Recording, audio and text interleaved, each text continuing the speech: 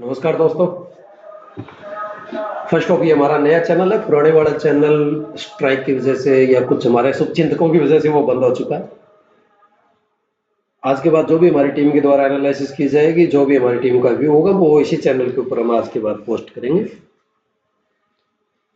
चलिए आज बात करते हैं टाइम वेस्ट न करते हुए किसी ऐसे स्टॉक की जो आपको रातों रात करोड़पति बना दे। अच्छा लग रहा है सुनने में, लेकिन ऐसा होता नहीं है ना, क्योंकि स्टॉक मार्केट है, ये कोई हम गैम्बलिंग नहीं कर रहे हैं। बहुत से यूट्यूबरों से बहुत सी जगह आपने वीडियो में देखा हो कि ऐसा स्टॉक जो रातों रात माला का माल कर देगा, ये कर देगा, वो नहीं नहीं नहीं, ऐसा नहीं है भाई। हाँ, कंपाउंडिंग ग्रोथ या दूसरे शब्दों में बोले भी एनुअली ग्रोथ क्या हो रही है, या कोई ऐसा स्टॉक पेनी स्टॉक ना हो जिसमें हमारे पैसे डूब जाए। ऐसी कोई लार्ज कैप कंपनी की तरह काम करने वाली छोटी कंपनी हो जिसके अंदर हमें रिस्क की बजाय रिवार्ड अच्छा मिल रहा हो। खैर, उन्हीं बातों पर चलते हुए हम किसी ऐसे स्टॉक की बात करेंगे जो आपके पोर्टफोलियो को हमेशा ग्रीन रखने की कोशिश करे, ग्रीन रखे। रिस्क इसमें 0% नहीं कह सकते, शेयर मार्केट का रूल है, लेकिन हाँ, इसका हम ये बोलते हैं कि कम से कम रिस्क के साथ हम आपके पैसे को मैनेज करने की कोशिश करेंगे, वह उसी तरह के स्टॉक आपको बताएंगे। सबसे पहले आपका स्वागत है ट्रेड विद संदीप के अंदर। फर्स्ट ऑफ हम आपको बता देते हैं कि हम सेबी रजिस्टर्ड नहीं है। आप जो भी अपना पैसा इन्वेस्ट करें या स्टॉक खरीदें तो अपने एडवाइजर से बात करके खरीदें। हम किसी भी स्टॉक को खरीदने या बेचने की कोई राय नहीं दे रहे हैं, ना ही हम कोई नफे नुकसान के लिए जिम्मेवार है।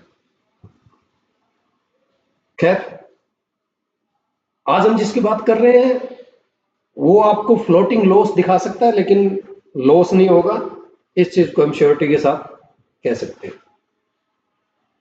मैं मेरी वीडियो ऑफ कर देता हूं, आवाज आती रहेगी आपको, ताकि आपको स्क्रीन पे ध्यान दिया जा सके। तो हम आज बात कर रहे हैं एनबीसीसी की। एनबीसीसी क्या है? एनबीसीसी ये भारत की एक नवरत्न के टैग से सम्मानित एक कंपनी है जो 1960 के अंदर बनी थी। हेडक्वार्टर इसका दिल्ली के अंदर है। और अगर हम बात करें कंपनी के पोजीशन की तो 174 के अंदर ये 8वें पोजीशन के ऊपर कंपनी अभी स्टेबल है और अपना काम बिल्कुल एकदम धड़ल्ले से कर रही है। तो इसका बेस क्या है, मतलब इसने आज तक क्या क्या काम किए होंगे, या मतलब आज तक ये क्या कर रही थी। अगर इन बातों पे अगर हम जाएंगे तो हम सबसे पहले आपको ये बताएंगे कि कंपनी 3 स्टेप में काम कर रही है। सबसे पहले पीएमसी, ईपीसी और रियल एस्टेट। पिक्चर के साथ आप समझ पा रहे होंगे कि किस किस प्रकार के प्रोजेक्ट के अंदर और किस किस प्रकार की कामों के अंदर ये आपके देश के अंदर ये काम कर रही है, हमारे देश के अंदर काम कर रही है, और आपके लिए काम कर रही है, हमारे लिए काम कर रही है। सीधी सी बात है। खैर,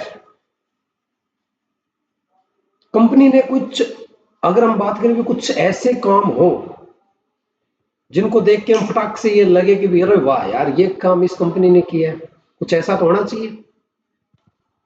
तो उसी के चलते हम बात करेंगे आज इसके द्वारा किए गए कुछ कामों की।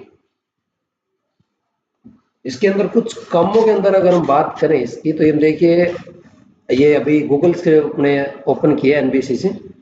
इसके अंदर ये 3 अलग अलग डिपार्टमेंट में काम कर रही है। 93 ये प्रोजेक्ट के अंदर है, बाकी ईपीसी और रियल एस्टेट के अंदर काम कर रही है।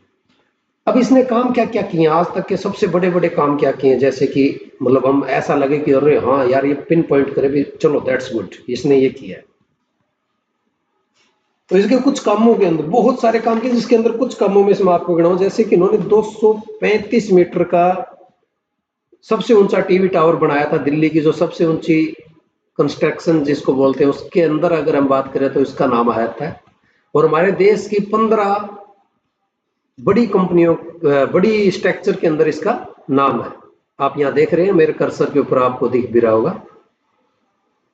इन्होंने उसके बाद सीबीआई हेडक्वार्टर, ये जितनी भी लिस्ट है ये आपको नीचे नीचे जैसे जैसे मैं चल रहा हूँ आपको लिस्ट दिखाई दे रही होगी कि इन्होंने आज तक क्या क्या बनाया है। सीबीआई जो एक बहुत बड़ा नाम है, उसका हेडक्वार्टर इनके द्वारा बनाया गया है। इनकम टैक्स की बिल्डिंग इनके द्वारा, कोचीवाड़ी इनके द्वारा बनाई गई है। एम्स जैसे बड़े एक नामी हॉस्पिटल, जिसको एक ब्रांड ही है एक प्रकार से हमारे देश का, उनका बिल्डिंग भी इन्होंने बनाई है। आईआईटी वगैरह, मतलब सीबीआई हेडक्वार्टर हो, दिल्ली का मेट्रो स्टेशन हो, दिल्ली का फर्स्ट मेट्रो स्टेशन भी इसी के द्वारा बनाया गया है। मतलब आप ये मान लीजिए, जो आप एक बड़ा नाम सुन के जिसको आम आदमी ये बोले कि अरे हाँ यार ये मैंने कुछ सुना हुआ लग रहा है, उस काम के अंदर इसका कंपनी का हाथ है। ये तो थे कि कंपनी ने आज तक क्या क्या किया। अरे यार किया, उससे हमें क्या करना भाई, हमें बात करनी है आगे क्या क्या कर रही है। इसी लिस्ट को हम नीचे अगर स्क्रॉल करेंगे तो ये काम जितने इसने कर दिए उतने हैं। ऑनगोइंग प्रोजेक्ट क्या क्या चल रहे हैं इसके, जो भी कॉलोनी है, ये नेताजी नगर की है, सरोजनी नगर की है, ये किडवाई नगर की है। टोटल इनकी जो कॉलोनियां, इनको दोबारा रीस्टेबल यही कर रही है। द्वारका का जो हाईवे बन रहा था उसके ऊपर भी काम यही कर रही है। बीएचयू वाराणसी है, एम्स भी बना रही है ये झारखंड के अंदर, आईआईटी खड़गपुर बना रही है, मेडिकल कॉलेज बना रही है, गवर्नमेंट मेडिकल कॉलेज को। मतलब ये इसके इतने काम अभी तक ऑन गोइंग है, यानी कि इसके पास अगर हम बात करें तो 60,000 करोड़ रुपए के काम अभी तक इसके पास पेंडिंग में है। आप इससे केवल ये अंदाजा लगा सकते हैं कि कंपनी के पास काम की कमी नहीं है, कंपनी के पास काम करने के लिए टाइम नहीं है, अलग बात है। खैर, कंपनी के पास इतना काम है, इतना काम इसने कर चुकी है, एक ब्रांड है। तो ये अब तक की जो जानकारी थी वो थी कंपनी की बेसिक जानकारी। अब हम बात करें कि हमें ये बाय क्यों करनी चाहिए। बाय करने के दो कारण होते हैं। एक तो सीएजीआर कंपनी का 40% से अब होना चाहिए। सीएजीआर यानी कि कंपाउंडिंग एनुअल ग्रोथ रेट जो है वो उसकी 40% से ऊपर होनी चाहिए। गूगल के अंदर एक कैलकुलेटर आता है, आप वीडियो खत्म होने के बाद निकाल के देख सकते हैं, बाकी मैं आपको निकाल के दिखा दूंगा लास्ट में। जो इस कंपनी का 100% से ऊपर है, यानी कि अगर आप आज 1 लाख रुपए लगाते हो, 1 साल बाद में वो 2 लाख हो जाएंगे। सिंपल सा एक एग्जांपल दिया आपको। टारगेट क्या क्या हो सकते हैं कंपनी के, आज हम अगर इसमें पैसा लगाएं तो नेक्स्ट टारगेट क्या क्या होगा। जैसा कि टीम के द्वारा निकाला गया टारगेट, उसके अंदर हमारा टारगेट हमारे व्यू के हिसाब से 2025 में 376, 2026 में 411, 2027 में 515, 28 में 654, 29 में 710 और 2030 के अंदर हम इसको 800 के पार कंपनी को देख रहे हैं। Unbelievable target. अभी तक आप सोच भी नहीं सकते इतना इसके अंदर ग्रोथ पड़। क्यों? इसके पास काम है, काम है इसके पास, और ये बिल्कुल एक सेफ जोन के अंदर काम करने वाली कंपनी है। तो अब हम बात करते हैं इसके चार्ट पे,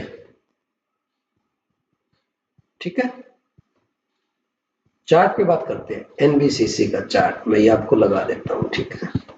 मैंने 1 वीक का सिलेक्ट किया हुआ है,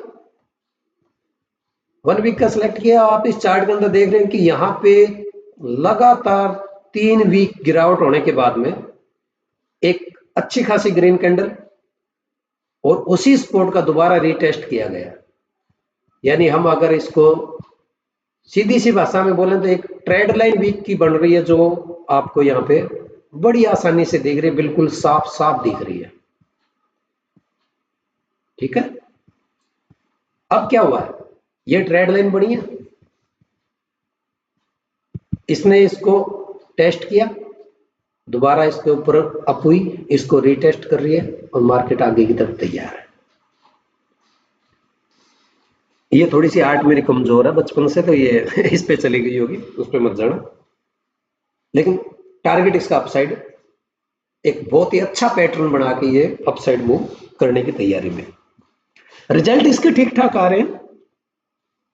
3 वीक से गिरावट है, एक अच्छे खासे रेट पे हमें मिल रही है। इससे अच्छा और हमारे लिए कोई गोल्डन अपॉर्चुनिटी हो ही नहीं सकती कि आपको एक इतनी अच्छी कंपनी, इतने अच्छे ऑर्डर होने के बावजूद आपको ये 94 के आसपास के रेट में मिल रही है। मार्केट अभी ऑन गोइंग है, ये वीडियो मार्केट बंद होने के बाद डालेंगे, क्योंकि सेबी के अनुसार ये चीजें कुछ एक जो है वो नहीं कर सकते, तो उस वजह से मार्केट के दौरान ये वीडियो नहीं डाल पाएंगे। लेकिन हाँ, आप ऑर्डर लगा सकते हैं, कल ले लीजिए, इसमें कोई वो इतना बड़ा इशू नहीं होगा, क्योंकि बिल्कुल ही एक बड़ा प्यारा पैटर्न बना के मार्केट ऊपर जाने के लिए तैयार है। इसमें पैसे अब क्यों लगाएं? बड़ा अच्छा सवाल आपके मन में उठ रहा होगा। तो आपको एक सीधी सी बात बता दूं कि देखिए, पैसा, आपने ये घोड़ों की रोज रेस देखी होगी, टीवी के अंदर कई बार आता है। पैसा तब लगाया जाता है जब घोड़ा शांत हो। भागते हुए घोड़े पे पैसे नहीं लगाए जाते। इतना अच्छा रिजल्ट आने के बाद में अगर ये कंपनी बैठी है आराम से, शांति से, मूवमेंट नहीं दे रही है, तो ये मान लीजिए कि बहुत ही अच्छे प्राइस के ऊपर आपको मिल रही है। इससे बेटर आपको और क्या चाहिए? बस बाकी आप पैसा लगाना, हमारी कोई एडवाइस नहीं है इसके अंदर कि हम आप हमारे कहने से पैसा लगाइए या कुछ ऐसी, हमारा कोई इसमें व्यू नहीं है। हम केवल अपने एनालिसिस बता रहे हैं, आप अपना देख लीजिए जैसे भी आपको ठीक लगे। CAGR में देखने के लिए आपको बता रहा था, अभी मैं आपको बता दूं, तो आप देखिए यहाँ पे लिखिए CAGR कैलकुलेटर, ये ICICI का डायरेक्ट वाला, ये ऊपर सबसे पहले इसी कैलकुलेटर को उठा लेते हैं। CAGR में क्या देखना होता है? CAGR के अंदर हम देखते हैं कि हमें से 3 चीजें मांगी जाती है भाई। हम इसकी वैल्यू, इसकी आज की वैल्यू, और कितने टाइम का हम देख रहे हैं। हम पिछले 1 साल का देखते हैं इसमें CAGR, ठीक है। तो हम यहाँ पे मंथली चार्ट लगा लेते हैं, जिससे हमें आसानी होगी। ओके, एक यानी कि अभी ये 11वां महीना चल रहा है, तो हम पिछले साल के 11वें महीने पे चले जाते हैं, ठीक है।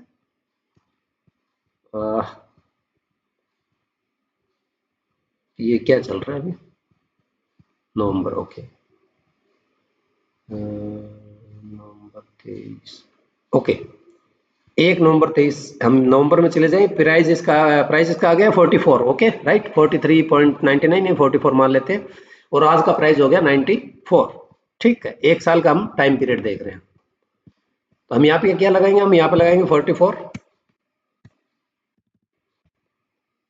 यहाँ पे क्या लगाएंगे? 94। कितने साल का देख रहे हैं? सिंपल सी बात है, पिछले नवंबर से आज के नवंबर तक की 1 साल का समय हुआ था, हम इसके अंदर 1 लगा देंगे, और CAGR निकल के आ चुका आपका 113.64, यानी कि 100 से भी अबो। अगर 40% भी अगर CAGR हो तो हम इसके अंदर बेझिझक एंट्री बना लेते हैं, और इसका तो फिर आपको समझदार है। हम ना ही यहाँ पे कोई बाइंग दे रहे हैं, ना ही हम आपको कोई सेल का ऑर्डर दे रहे हैं, ना ही हम आपसे कुछ कह रहे हैं, केवल हम हमारा अपना व्यू बता रहे हैं। अगर हमारी वीडियो अच्छी लगी हो तो आप अपने दोस्तों को शेयर करके NBCC के बारे में पूछ सकते हैं। अगर कुछ और पूछना है तो हमारे कमेंट बॉक्स में कमेंट कीजिए, हम इसकी पूरी डिटेल आपको देने की कोशिश करेंगे। नेक्स्ट जब भी आप मार्केट खोले तो कोशिश कीजिए कि इसके अंदर जितनी कैपिटल आपकी हो, कम हो, ज्यादा हो, छोटी हो, उस हिसाब से जो भी आप देख लेना, लेकिन इसके अंदर कोशिश ये करना कि कुछ एक आप एंट्री बना के इसमें बैठ पाओ। खैर, जय हिंद, जय भारत। मिलते हैं नेक्स्ट टाइम किसी अलग स्टॉक के बारे में, अलग नॉलेज के साथ। जय हिंद, जय भारत।